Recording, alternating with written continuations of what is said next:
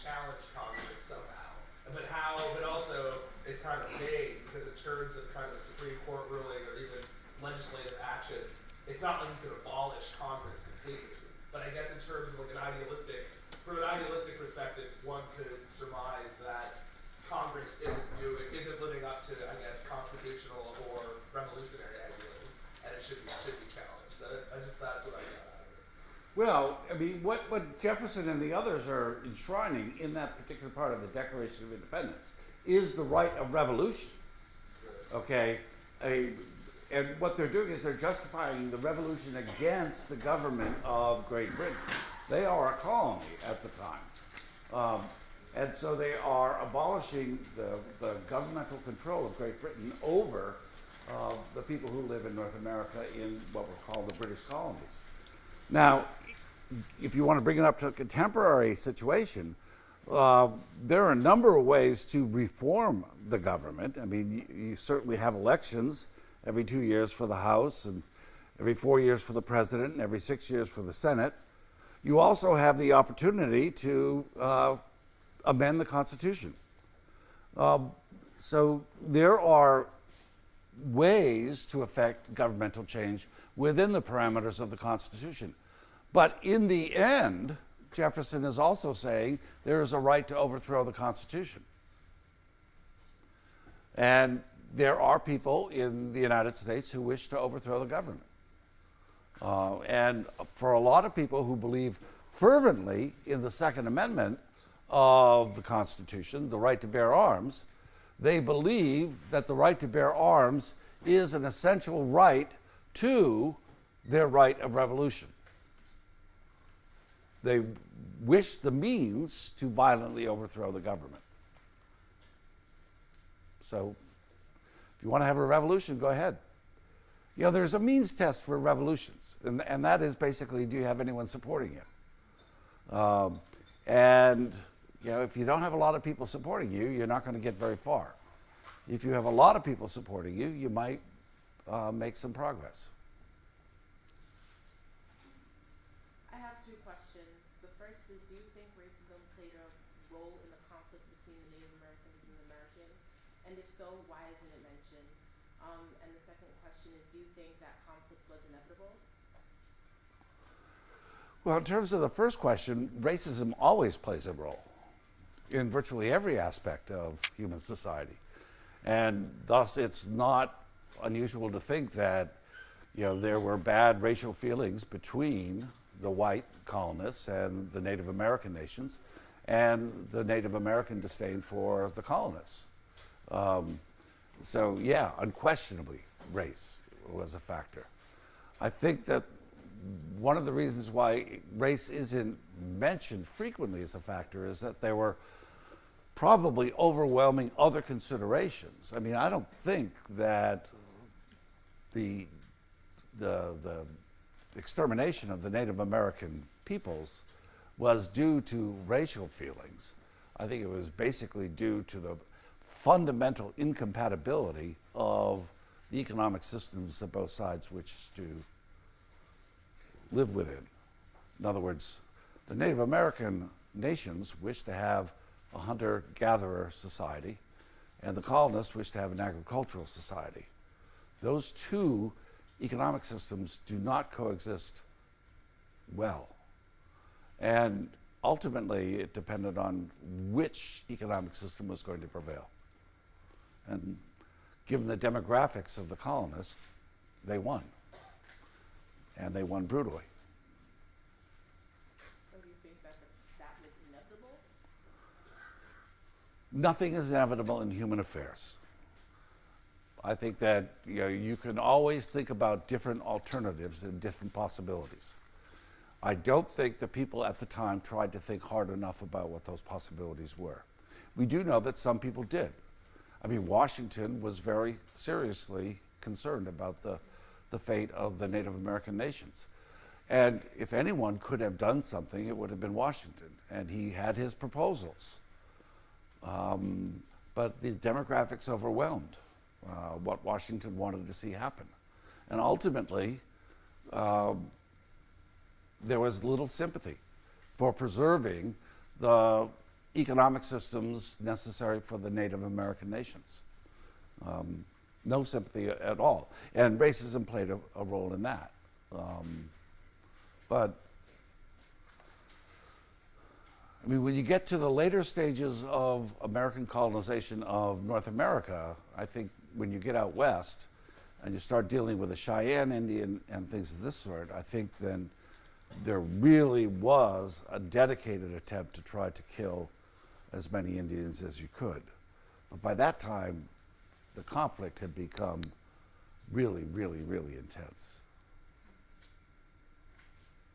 I think also in the Louis piece about genocide, there was a diversity of thought among Americans about Native American issues. I mean, there was kind of outrage in more liberal San Francisco circles about kind of racism that was espoused, and then you'd have some settlers that were voraciously racist. I mean, it's almost like the slavery issue. It wasn't monolithic in its scale of how people felt about Native Americans. I think there was diversity of thought, and that was interesting that he pointed that out. I think it wasn't a uniform. I feel like probably someone from New York would have a very different perception of what Native people were like as opposed to a frontiersman in Montana or in Idaho. You know, I think it was People on the frontier always had harder feelings.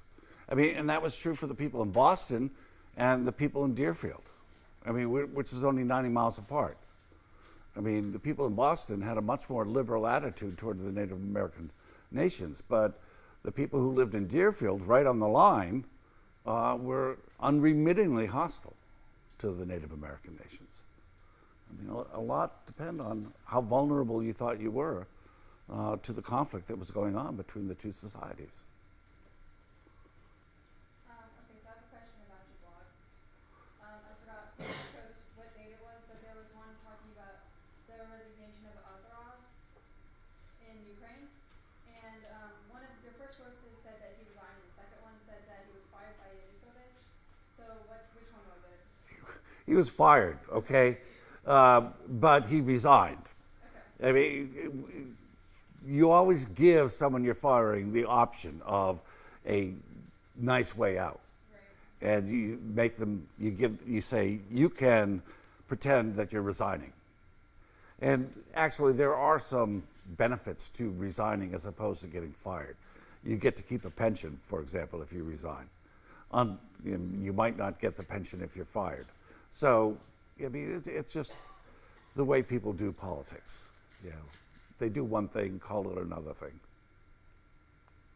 Yeah. Well, just going back to the racism thing, it seems to me like, while racism was definitely a factor, I mean, this is a time when slavery was widely accepted and slaves weren't considered humans.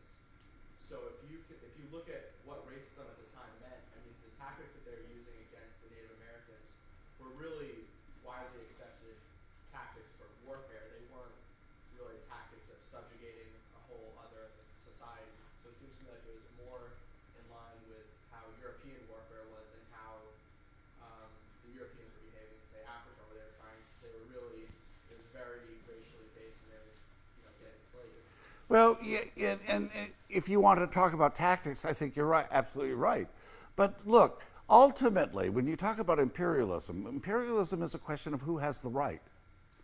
And when you say, I have the right to this land and you don't have the right to the land, I mean, race always plays a role there, always. I mean, race is a way of justifying subjugation. Could they have, I mean, if, say, the British wanted France, I mean, couldn't they have used the same tactics there, even though they're both white? When you're talking about the way the battles were fought, yes, no question. But there are levels at which conflict plays out. The daily level of actual fighting, in which case I agree that we're probably talking about normal warfare, but there's another level where we have the right to kill you. I mean, I don't think that quarter was given to the Native American nations at the outcome of the battle in the same way that the British would give quarter to the French. I mean, you would allow a Frenchman to surrender, give up his sword, and maybe hold him. They might not have been actually practiced, but there were some mention of not killing those who Right, right. But there are also Right. cases Also, of the other side. cases where that Right. Yeah, it's hard to make blanket statements about something that happened over a course of a century in so many very different circumstances. Last question. I actually wanted to ask you why the US feels so strongly. It was in your blog about Iran and Syria, about the Syria peace talks. And why does US feel so strongly that Iran should not be included in those peace talks? The question is, why does the United States not want Iran participating in the peace talks? It's a complicated answer. I mean, Iran is a strong supporter of the current Syrian government of Assad. And Assad also has a good supporter in Russia. And so the question is, you can bring Iran to the table. Is Iran going to bring something to the table different from what's already at the table? Well, it could be that you'd want something, to reinforce a position that's already there, if that position were acceptable. But it's been very clear that none of the opposition forces in Syria are going to tolerate Assad staying in power. So you've got Russia and Iran both saying the same thing. Assad should stay in power. You know that position is a no-win position. In other words, you're not going to get any agreement there. So why complicate the matter? Maybe you can work better with Russia in terms of trying to get some sort of face-saving way to keep the Assad administration in power without Assad in power. When you have two countries, Iran and Russia, saying the same thing, it becomes much more difficult. So it really is a question of how you want to see the outcome of these negotiations. It is clear that the United States has decided that Assad has got to go. You can make the argument that that's a bad decision for the United States to make, that it forecloses the possibility of any agreement in Syria. And I understand that, and to a certain extent I share that. On the other hand, it's very clear to me that Assad, as Assad, has no legitimacy as a ruler any longer. And that trying to figure out ways to keep some semblance of dignity for Assad is probably a waste of time. The guy's a murderer. He doesn't deserve sympathy. When you see the evidence coming out of Syria about the way people are being killed with the type of weapons that the Syrian government has at its disposal, you basically say this guy is just bad and nothing is to be gained by giving him any reasonable way out. So, I don't know. You can call it a different way. I mean, I'd like to see Iran at the table simply because I'd like to see Iran brought back into the Circle of Nations as a full-fledged member of the Circle of Nations, because it deserves to be there. On the other hand, on this specific issue, Iran would probably be an obstacle to what I want to see in Syria, which is peace. Nothing's easy here. Nothing's easy in foreign policy. You have to make all sorts of concessions. All right. We want to try to do two classes in one today. And the arguments that we're going to be looking at have to deal with the question of American exceptionalism. Now, the reason why we introduced the idea of American exceptionalism at this stage in the course and not later on in the course is because American exceptionalism was a belief held by many Americans from the very beginning. And that belief that the Americans were somehow different from other countries took deep root in the American psyche. To be perfectly frank, from the period of the founding of the Republic up until about 1945, the rest of the world didn't really care what the United States, what the Americans thought of themselves, because the Americans were really sort of irrelevant to the rest of the world. And if the Americans wanted to think that they were better, so be it. It only becomes relevant to the rest of the world when the United States starts using its power on the global stage, and that's after 1945. But you can't understand American exceptionalism if you start in 1945. You've got to start at the beginning.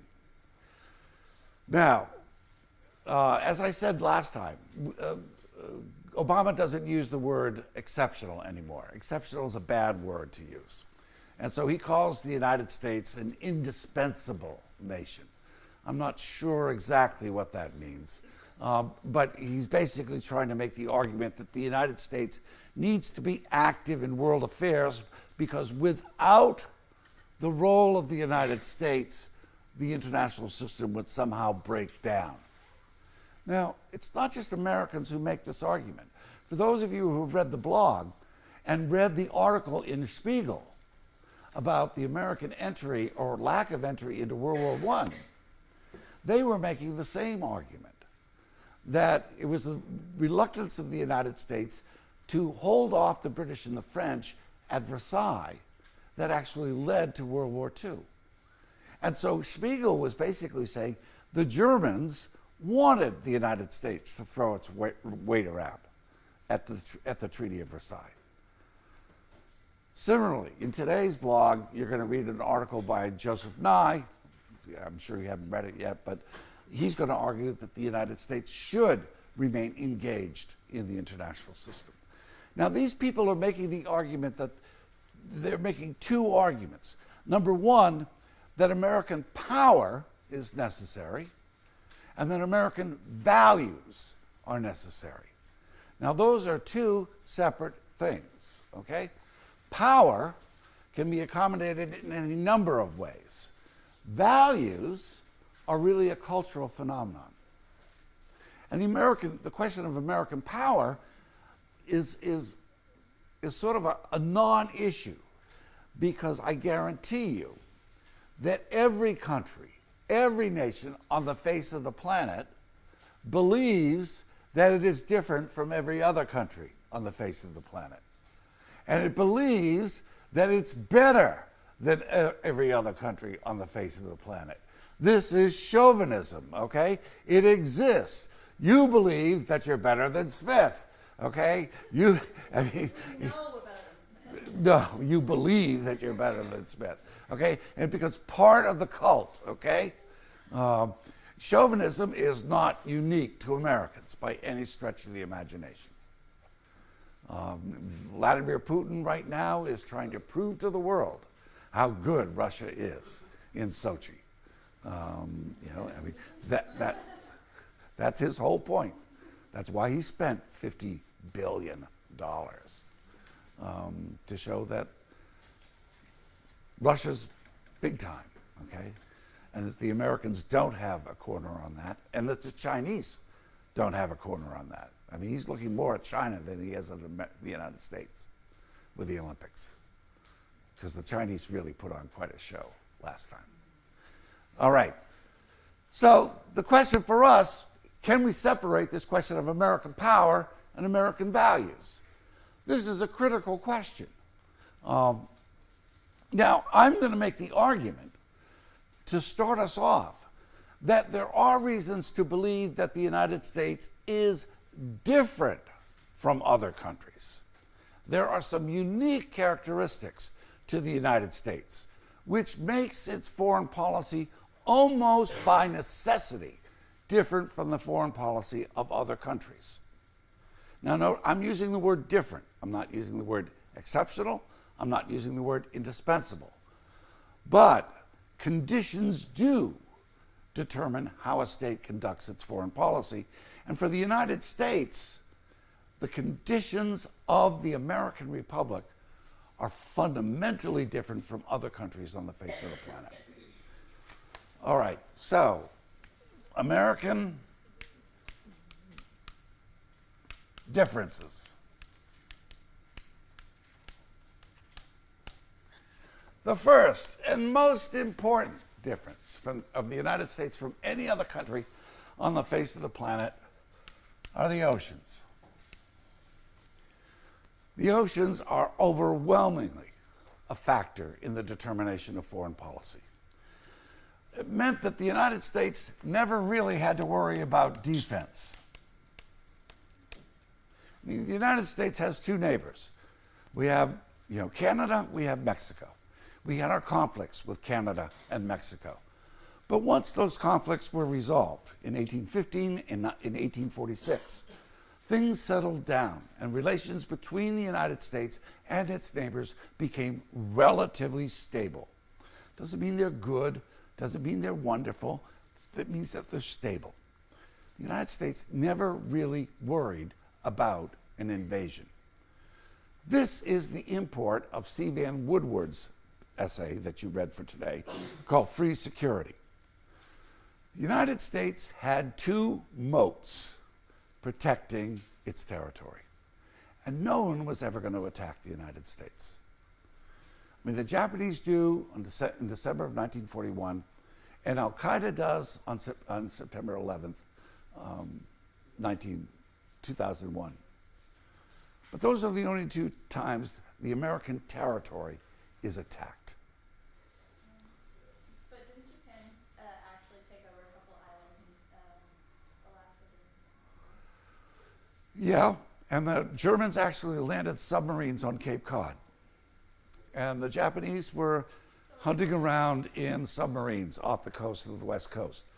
But do you think that the Americans considered the question of invasion in the same way that, say, Belgium considered the question of German invasion?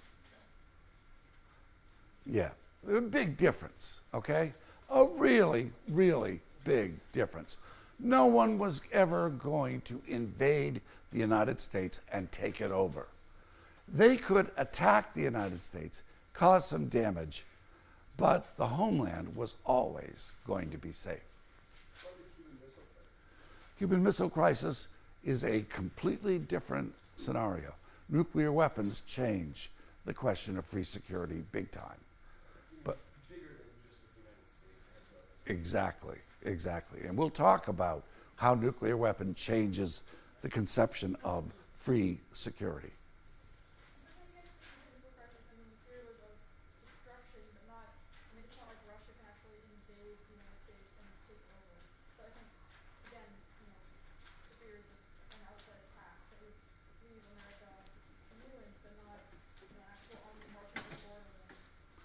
Yeah, we're not looking at the movie Red Dawn, okay? Which was the most unbelievable, stupid movie I've ever seen in my life. I mean, absolutely insane. Crazy movie. But think of what life was like if you were Polish, okay? And you were right up against Russia, or right up against Germany. I mean, give me a break. Or if you're Pakistan and India, or if you're Vietnam and China. I mean, countries live, cheek by jowl, not the United States. Now, this idea of security has a tremendous effect upon your foreign policy, because the two most important imperatives of foreign policy are protect your territory and protect your sovereignty. American territory and American sovereignty have never been in question. For a lot of other countries, that's not true. So they have to devote an incredible amount of their resources toward those two things. The Americans could devote their resources toward other things. And mostly those other things were commercial activities. But it also gave the United States the advantage because it didn't have to have a large land-based military. When you're worried about an invasion, the thing you have to do is you have to build up your military to prevent an invasion. Not having to worry about an invasion meant that the American military was always incredibly small. The time that World War I breaks out, the size of the American military is 65,000 soldiers. That's all. France had over 1 million soldiers. Germany had 1.3 million soldiers. The Russians had about 2 million soldiers. The United States had 65,000. Now, what that means is that, number one, you don't have to orient a lot of your national budget to the military. You can spend your money on other things. But the other thing is you also don't develop a really strong military tradition in your country. You go to other countries, and it's not uncommon to see veterans walking around in their uniforms with their medals, and they are accorded great respect by their citizenry. Not so in the United States. The United States, until it starts a volunteer army after 1971, has to rely upon conscripts, draftees. And most people don't want to be drafted. There were draft riots in the Civil War. There were draft riots in World War I. There were draft riots in World War II. There were draft riots in Vietnam. People don't like to be drafted. And the military has never been seen as a route to success in the United States until very recently. So you don't have the national budget oriented toward the military, and you don't have a population that begins to think about the military as a career option. It's really different from other countries, really different. And particularly when you contrast it with Europe, where the military tradition was so deep.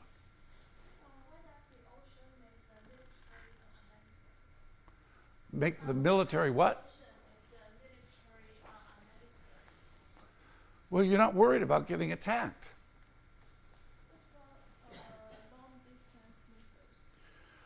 Okay, we're not talking about the contemporary period. Okay, I don't want to talk about the world with nuclear missiles yet. Okay, I'm talking about at the founding of the republic. You just said that the military strength isn't the route to success until recently. So what's the change? The change is that it's a volunteer army now, and you get paid pretty well, and there is a clear path to success in the military. Think about the military people that ultimately get involved in politics. People like Colin Powell, people like Dwight Eisenhower, they always are viewed as successful. Comparing American structure of defense to that in Europe and Asia, is it also because of the relatively less development of Canada and Mexico that the U.S. did not have to worry about a lot in the first place? Well, Canada's not less developed. I mean, Canada is as developed as the United States. I mean, if the United States wanted to fight with Canada, we could probably get a good war going. Not in terms of development, but just in terms of the need for a strong military. Well, that's true, but understand that dealing with the threat, the potential threat, is one way of not needing to have a military. I mean, it could be the case that France and Germany now have learned how to be good friends. But for a long period of time, they couldn't figure out how to be good friends. And so they killed each other. The United States and Canada, we could have decided to be enemies, but we decided to be friends. And therefore, we were able to divert a lot of our resources into other activities. But we could choose to hate the Canadians. What's that, Tammy? No, you said something. Come on. It was a joke. That's a good reason to go to war. A very good reason to go to war. Yeah, cultural imperialism there, of the worst sort. Now, the other aspect of the oceans is that until you get to the missile age, the United States isn't much of a threat to the rest of the world. The rest of the world doesn't look at the United States as a military threat. Until you get to the turn of the century, in the 19th to the 20th century, and Theodore Roosevelt, who builds up the U.S. Navy, The United States doesn't even have a Navy. It's a Coast Guard, basically.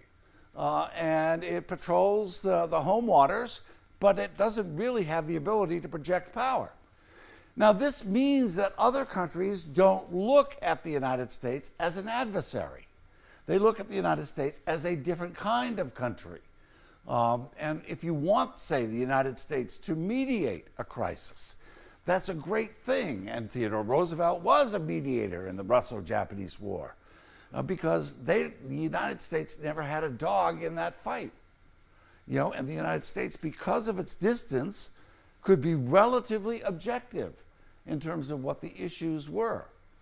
And so it was easy to be friends with the United States because the United States wasn't going to attack you. Now, this changes after the United States gets a Navy, and it also was not true of the Central American republics, because the Central American republics, Haiti, Dominican Republic, Cuba, always regarded the United States as a threat because the Coast Guard could always get to those areas. But by and large, for the rest of the world, the United States was pretty benign and the butt of many jokes. I mean, the rest of the world really didn't take the United States very seriously because it didn't need to take the United States very seriously.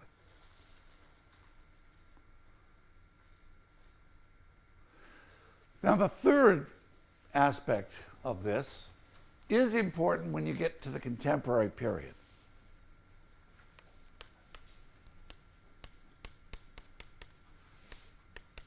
The United States was always a latent maritime power. We always had fishing fleets. And the United States is truly lucky because it has access to both the Atlantic and the Pacific. What other country does?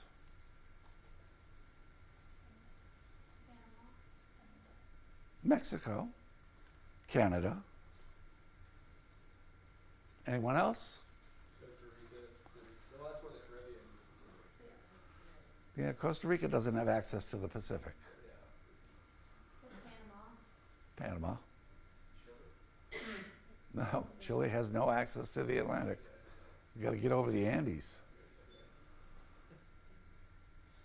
Think what an advantage that is. It's an extraordinary advantage. And not just access, great access. How many of the ports, the great ports in the continental United States, get iced over in the winter? None. I said continental United States.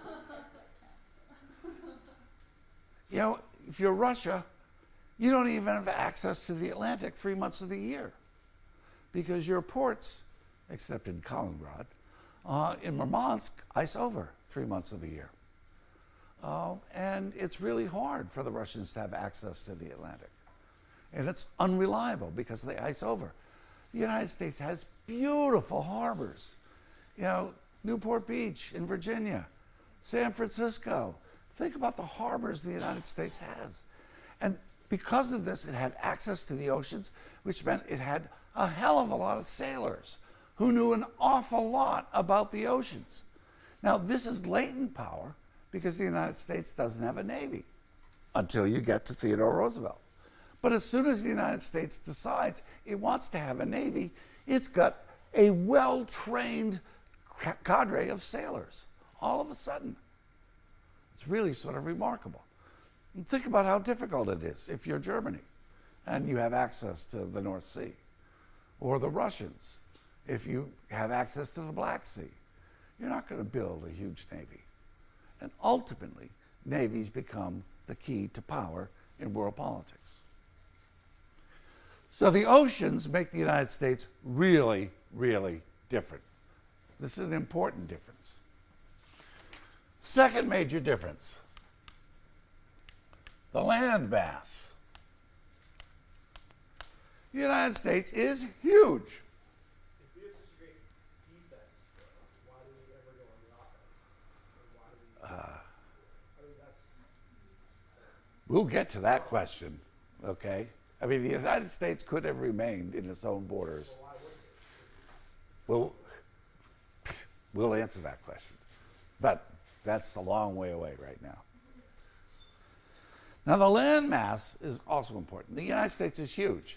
What other countries are huge?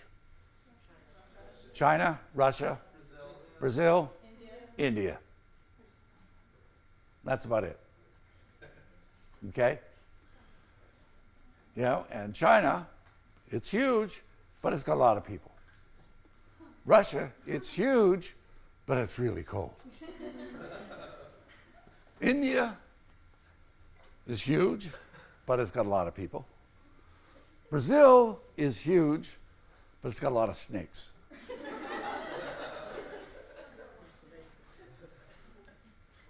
The United States is huge, and it's completely temperate. And it's got the most important physical asset on the face of the planet, which is the most important physical asset on the face of the planet. A burp? Farmland. The Great Plains. There is nothing that even remotely comes close to the value of the Great Plains any place on the planet. You could take all the oil you want in Saudi Arabia. You could take all the gold you want in South Africa or Russia. I will take the Great Plains anytime. You feed your people cheaply, you have a very stable political system. And the United States can do this without even batting an eyelash. The United States, with devoting just less than 1% of its population to agriculture, can clearly feed the entire world if it chose to. And that's an extraordinary advantage. Think about how many countries have to struggle to feed their people because of the adverse geographic terrain of their states. Ela? What's with the $1 billion farm agreement that just passed? Pardon me? What's with the $1 billion farm plan that just passed then? The $1 billion farm plan is basically a plan to make farmers not grow food because you don't want farmers to grow as much food as they can because then the price of food would go way down. I mean, but think about, I don't know how many of you shop for food in other places of the world? Yeah, it's expensive in other places of the world. It's really expensive and getting more expensive all the time. I mean, in India, the most critical variable for the political stability of the state is the price of what? Rice? Onions. Onions. Not rice. Onions. Pardon me? I'm a bad Indian then. You're a bad Indian. That's clear. But even though we devote only 1% of the people, aren't those farms highly dependent on the fertilizers which are derived from oil, basically, which we don't? I mean, we have, but not. And we had a lot of it. All those farmers. Yeah, I mean, the United States, I mean, when you get out of the agricultural resources,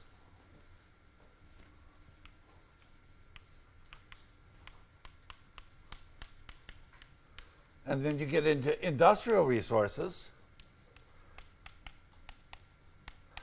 the United States had industrial resources up the wazoo. The United States starts the oil industry, even though the United States doesn't have the largest reserves of oil. But the United States had huge amounts of oil. You want iron ore? We got it. You want copper? We got it. What don't we have? Virtually nothing. We got lots of oil. You know, I know. We should exclusively purchase oil. yeah, but don't mistake this particular point in time. The United States produced oil starting in 1863, and it pumped out a hell of a lot of oil. And just because at this particular point in time the United States may be seeing declining reserves of oil doesn't mean that it didn't live off the fat of the land for a long period of time. The economy of the United States is built on oil. In 1950, 1 out of every 6 jobs in the United States was related to either the oil or the automobile industry.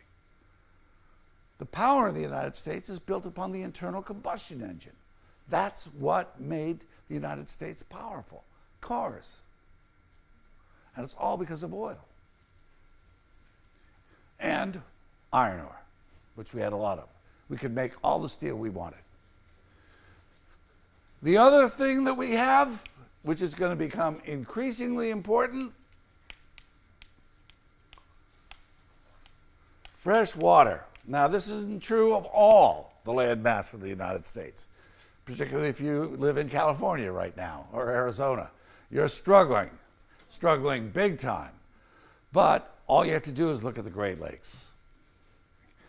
You know, that's 20% of all the fresh water on the face of the planet. Right there.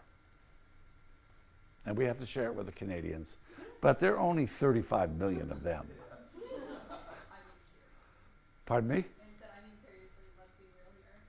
Yeah, and they can't drink that much. Really.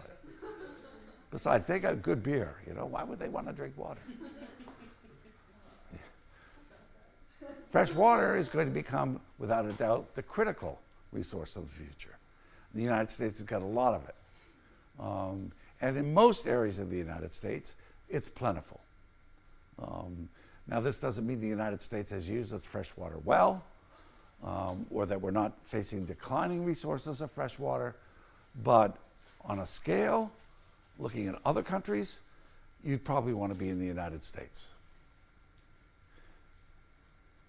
So the United States has some profound geographic landmass advantages as well. Other things related to this, population density. The United States is one of the most thinly populated countries in the world, which explains the American infatuation with freedom. Because if you don't like what's going on in your neighborhood, you just move. And that's what Americans historically have done. You know, you don't like the Mormons? They'll move to Utah. You don't like Catholics? They'll move to Rhode Island. You know, I mean, that's exactly what happened. You don't have to resolve conflicts in the United States because, you know, you get pissed off at your neighbor, you just leave. And you just go. And the average American family moved about 5 times in its history, which is very different from the rest of the world. Most people in the rest of the world stay in the hometown where they grew up. That's pretty much the pattern in traditional societies. And it's a good pattern. You know, it's a nice pattern. Unless you live in South Hadley, and then it's really boring. But, you know, I mean, most Americans move all the time, and it's easy for Americans to move. Now, this mobility makes all the difference in the world because the mobility allows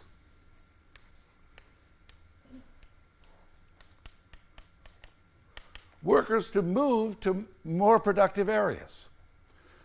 Say you're a carpenter in the Northeast, and you see Hurricane Sandy in New Jersey, and you've got no jobs in the Northeast, well, you just get in your truck, you go down to New Jersey, and all of a sudden you've got more work than you can possibly imagine.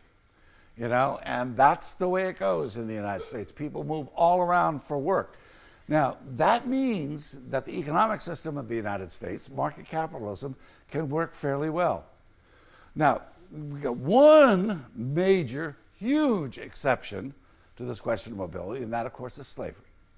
Slaves were not allowed to move, and they were forced to stay in the same place.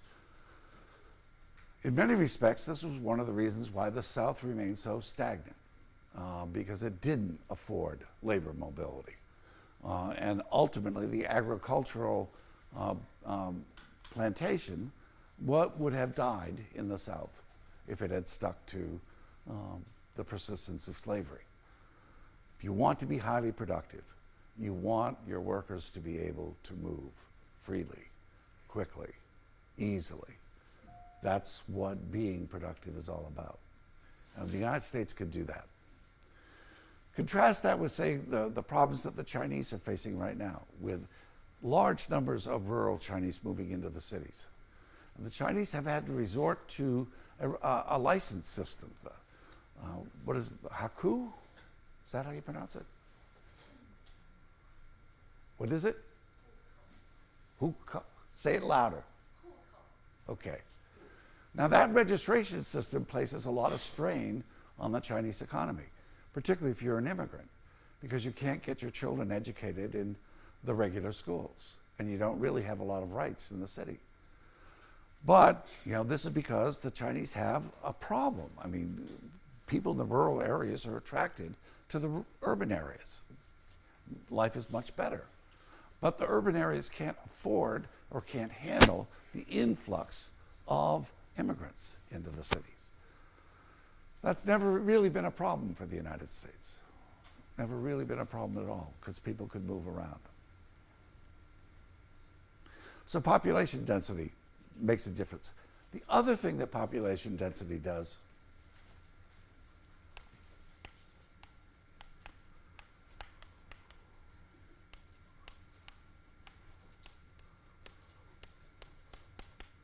if you don't have a lot of people, you want your people to be as productive as possible, which means that the United States has always tried to educate its people to be more productive.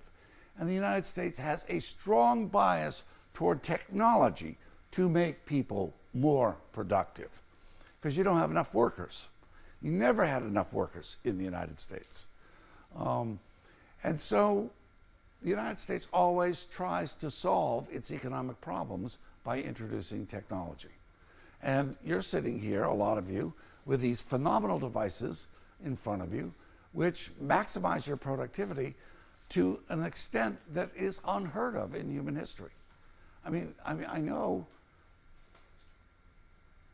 a lot of you spend a lot of time on Facebook, which isn't really productive. But theoretically, you could be extraordinarily productive with the power you have at your disposal. And this is a great thing. Ultimately, it's going to be a real problem for the United States, because we've become so productive we don't really need workers anymore. And that's going to be an interesting dilemma, not just for the United States, but for the rest of the world. But in the period where the United States developed, the shortage of labor has always been an incentive to innovate. Thus the telegraph, the telephone, the automobile, all these things that were designed to make us more productive. And note that none of these things were really collective. The United States didn't develop a mass transit system the same way the British did, because the British had a denser population, and mass transit made a lot of sense for them. The automobile made a lot more sense for the United States, because the United States was so huge. And you didn't want to put down railroad lines to every place that people were living. Building a road was much easier, particularly if you could be satisfied with a dirt road. Much more productive, significantly more productive. Also has an effect upon the way the United States fights wars. Because the United States has always been short of labor, it's always been short of soldiers, which means that the Americans have always emphasized a very technological approach to war. That's why the United States pioneers in the development of big bombs, because the big bombs give you the ability to kill a lot of people without exposing a lot of your soldiers to danger. This is one of the reasons why drones are such a big thing for the United States, because you can kill a lot of people without putting any of your soldiers in jeopardy. You can kill people in Pakistan with someone sitting in Nevada in a nice air-conditioned room. That's really sort of amazing. And this is how the United States thinks about war. Use the machines, don't use the men, because the men were always valuable. And now the women were always valuable. All right, any questions about these first three? Let's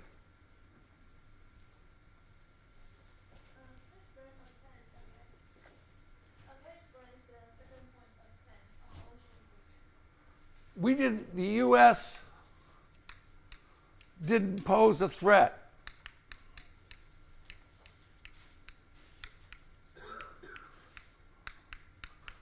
to anyone else except for Central America and the Caribbean. And that's a big exception if you live there. But for the rest of the world, where a lot of the populations of the world were, the United States was irrelevant. Never thought about the United States. And that's good. Okay, any questions about these? Did you include oil and minerals under industrial? Industrial. Oil and minerals under industrial. Why does it then do not? I thought many people thought the U.S. intervened in with the Soviets and Afghanistan and currently now Africa because it so needs the oil and the Middle East and the minerals of Africa. And why so much involvement in the political activities? Well, there you're talking about the contemporary situation. You know, and I really want to talk about the roots of American exceptionalism. You know, and these are the basic underpinnings of the idea of American exceptionalism. The United States is in a completely different situation now. And it's not simply because the United States is running short of certain resources. It's because the whole world is different now. The world is globalized. You know, we're talking about a period, the 19th century, where getting around was very difficult. This is more kind of my own subjective political viewpoint. If we have enough food to feed the rest of the world, and obviously I know there are realist constraints to why we're not doing that. I think in my, an idealized globalization effort would be, instead of exerting military power, we also have the resources to exert a great humanitarian power. And it's something that we've tapped into it. We can tap into it more. So in that sense, you can call it like light imperialism in the sense that if you can feed people, then why don't? I mean, obviously there's realist constraints as to why we don't, because there's still, no. But if you think about the IMF fund, I mean, there's still enough. There's enough money and there's enough food to go around to lift millions and millions of people out of poverty. That's still global powers haven't done it. Well, you wouldn't want to do that. I mean, you start feeding the rest of the world, you're going to unemploy the vast majority of people in the world. Don't forget, the main occupation of most people in the world is being a farmer. You know, the United States could flood the world with agriculture, Right. and we could feed people, but then what would they do? You know, that doesn't do you any good. You know, this is a complex situation. That's also a huge part of the reason why this farm bill was so controversial, especially over the summer when they were trying to add an amendment to encourage American farmers to stop growing as much so that instead of us growing food and then shipping it across the world, we would encourage local agriculture in those other countries. Right. And so the fact that, yes, the U.S. does have the capacity to feed the entire world, but it's much more expensive and much less efficient to do it that way. Right. But it employs a lot of U.S. citizens. It employs a huge part of our farming industry, our shipping industry, our ocean, all of that. So that's why it's such a big deal. Well said. Well said. Okay. Now, the idea of American exceptionalism becomes rooted in how we characterize the first phase of American policy. And we call this first phase isolationism. The separation, these differences, all mean that the United States is somehow divorced from the rest of the world. It doesn't need the rest of the world. I mean, what does the United States need the rest of the world for? The only thing we needed from the rest of the world was labor. And they came. They came voluntarily, except for the slaves, obviously. But immigration in the United States was never a problem. And the United States still is a leader in immigration in the world. And so labor was always an important consideration. But the United States really didn't need the rest of the world. The United States had everything it wanted. Yeah. If we needed the labor so badly, how come we've been so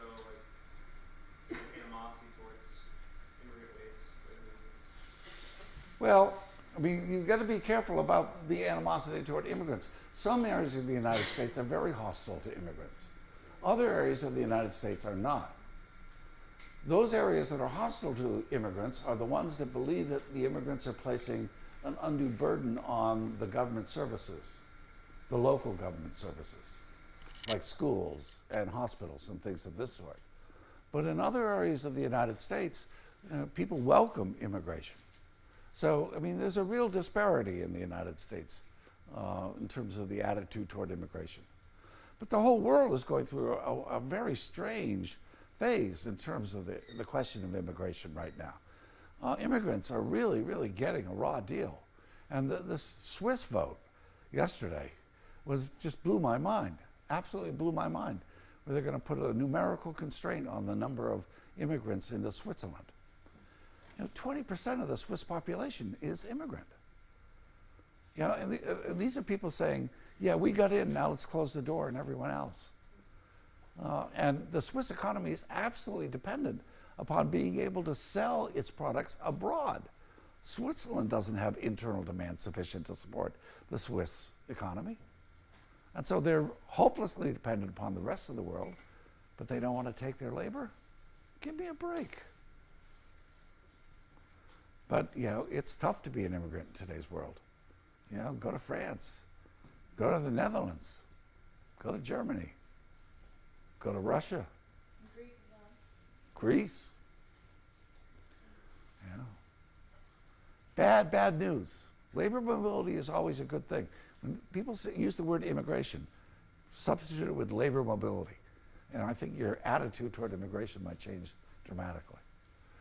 I'm the proud result of immigration. My father's parents came in 1911. Okay? I wouldn't be here if it weren't for immigration.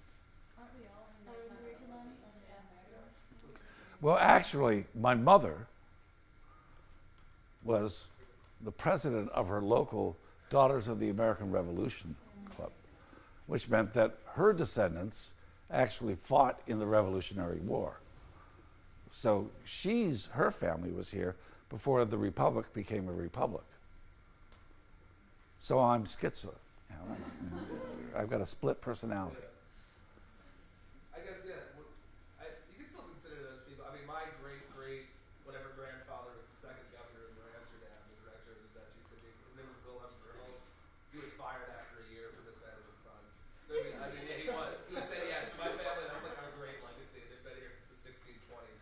So technically, he was still, he was an immigrant of sorts. You could still consider him an immigrant. More of an imperialist than anything else. He's an imperialist. Get that right. He's taking land away from people. Isolationism is the first phase of American foreign policy. That's really the foreign policy that's articulated by Washington in his farewell address.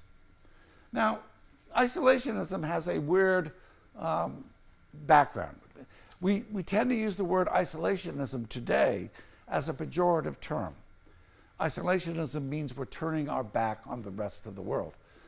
Isolationism in Washington's age did not convey the sense that we were turning our back on the rest of the world. What Washington meant by isolationism is pretty straightforward.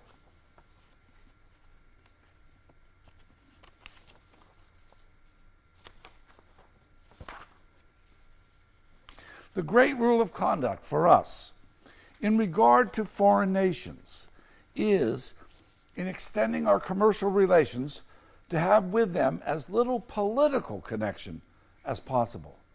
So far as we've already formed engagements, let them be fulfilled with perfect good faith. Here, let us stop. Europe has a set of primary interests, which to us have none or a very remote relation. Now, what Washington is saying is that we want to trade with the rest of the world, which means we want to be engaged with the rest of the world. But we don't want to have a permanent tie to the rest of the world. So what he is advocating is a pick and choose set of alliances. Only do the alliances that satisfy your immediate national interest. Now, this is pure realism, absolute pure realism. But what he's saying is that the United States has no permanent friends, it has no permanent enemies. It only has interests. So, isolationism means keep the number of permanent engagements, long-standing engagements, as few as possible. And then, just conduct ordinary business with the rest of the world. What Washington wanted to avoid was getting caught up as a European country in the European balance of power.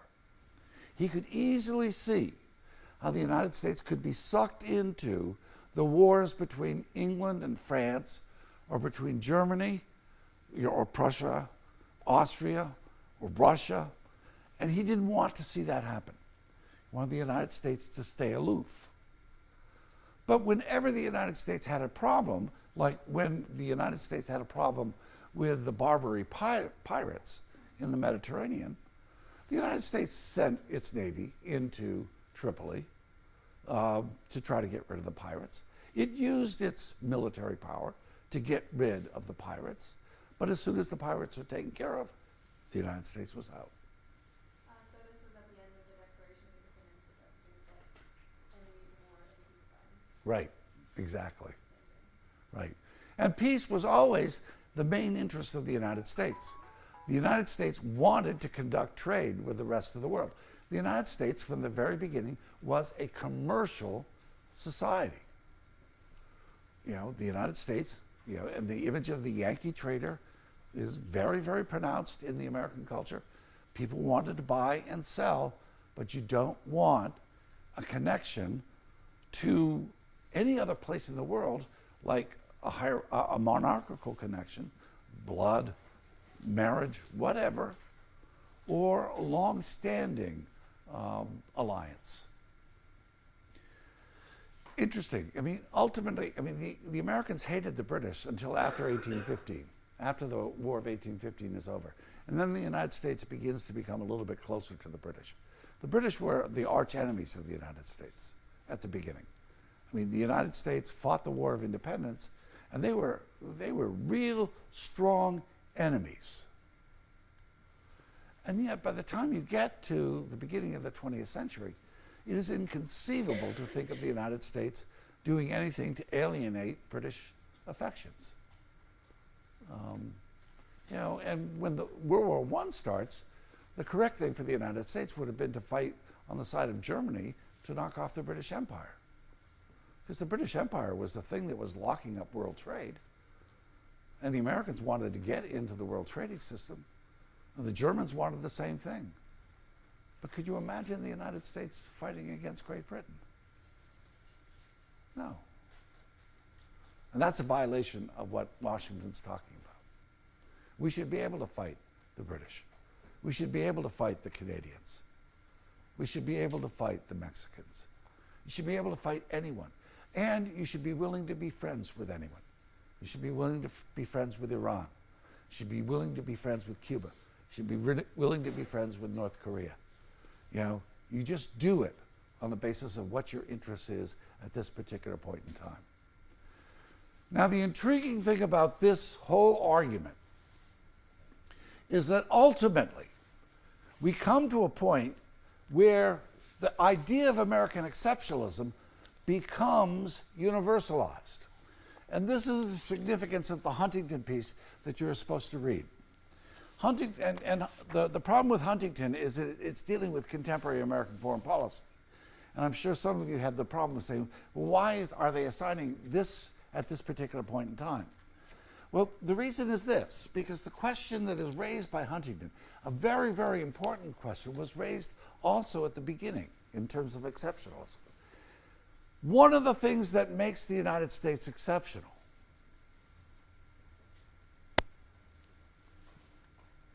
and this is point number 4.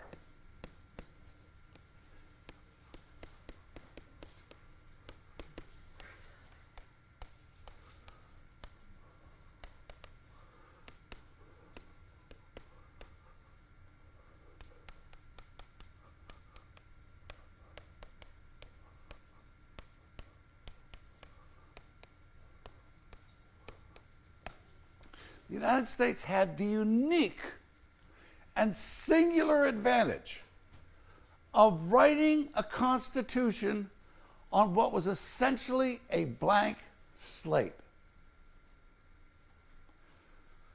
Once the Americans had decided that the Native American nation issue was in some sense a separate issue, that they were going to forge a constitution to govern the people of the United States, the United States had the ability to take all the Enlightenment ideas, and which were just theoretical ideas, and try to make them concrete in this document called the Constitution. Now, the French tried to do the same thing in their French Revolution.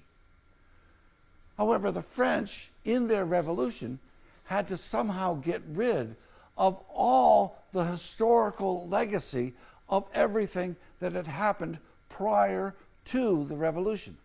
They had to smash the traces of monarchy. They had to smash the power of the church.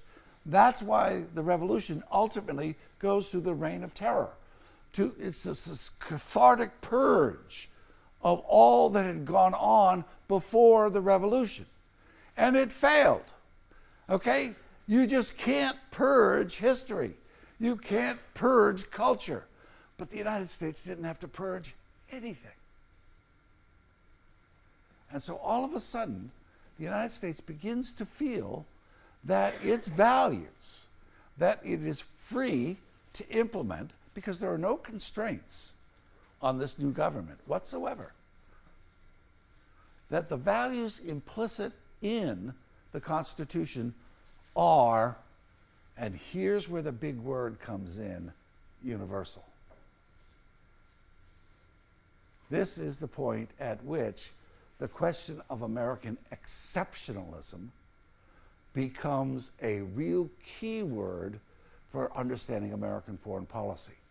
Because the Americans begin to believe that since they're able to implement the Enlightenment in their state, and since they believe, and this is a big if, that these values, these ideals are universal, then it becomes the responsibility of the United States to spread these ideas.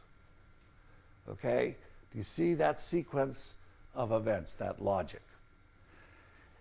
And Huntington asked the question superbly. It's a brilliant essay, although I hate Huntington. He's a schmuck. Oh, he's dead now. I can't say anything bad about him. The effort to use American foreign policy to promote American values abroad raises a central issue. There is a clear difference between political action to make American political practices conform to American political values, and this is implementing American values within America, and political action to make foreign political practices conform to American values. And then he says, is this a legitimate action? And he says, the answer is not self-evident. And then interesting, he goes through the next paragraph he gives 4 reasons why you can say no. It is not legitimate for the United States to try to spread its values to other countries. And they're very powerful reasons. And we all sort of agree with the reasons that we shouldn't spread these ideas, okay? But then he does a much more difficult task. He tries to answer the question affirmatively. He tries to say, yes, it is legitimate to do so. And these are the 4 reasons why he gives. A yes answer to this question can, on the other hand, also be justified on 4 grounds. First, if others, people's institutions pose direct threats to the viability of American institutions and values in the United States, an American effort to change those institutions would be justifiable in terms of self-defense. Okay, that's a no-brainer, okay? If the values of other countries pose a threat to the United States and an attack occurs, the United States can defend itself. All right, thanks for that straw man, Huntington.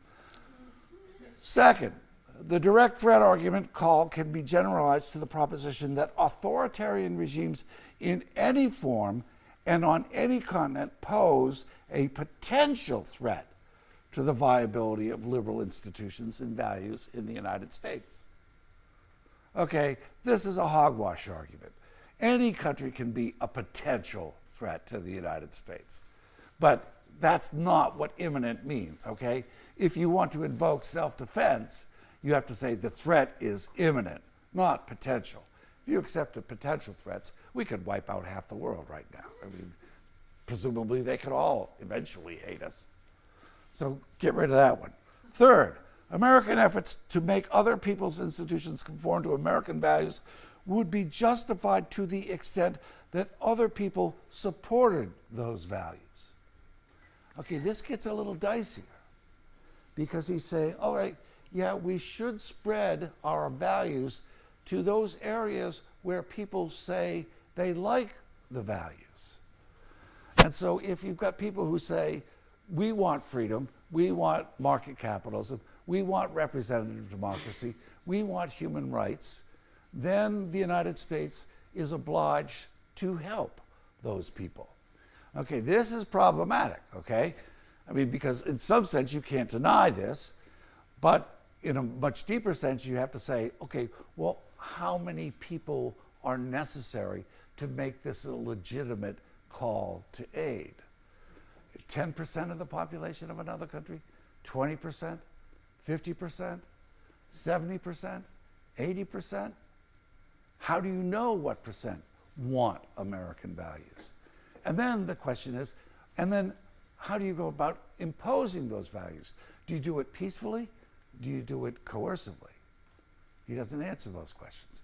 But it is an intriguing question. If other people ask for American help, what is the appropriate response? But the big enchilada is number 4, okay? And this is the one I want to leave you with because I want you to ponder this. This is the hard question. Fourth, and he does a wonderful job of rattling our cages. American efforts to make other people's institutions conform to American values could be justified on the grounds that those values are universally valid and universally applicable, whether or not most people in other societies believe in them. Now, don't scoff, okay?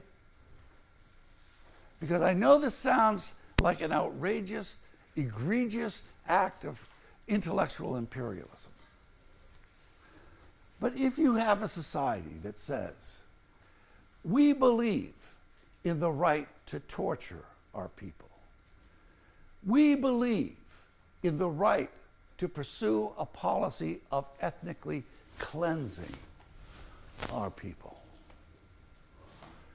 is it the case that the United States should say those things are wrong?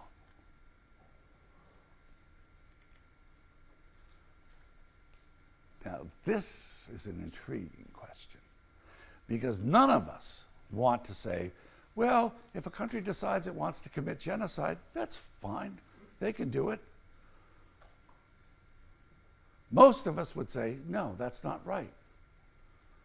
And when you see an act of genocide, and this is particularly true in the contemporary world, occurring, like Rwanda, what country do you want acting on behalf of the people who are being killed?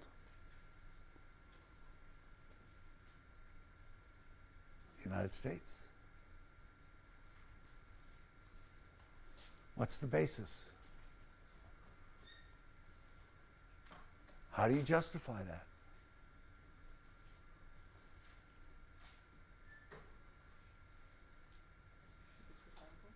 Pardon me? Rhetorical? Let me put it to you this way.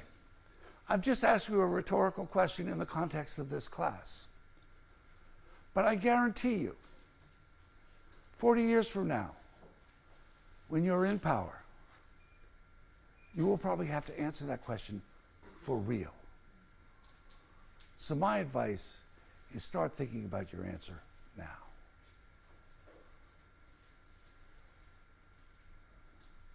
Because it's going to happen. All right, I'll pick this up on Wednesday.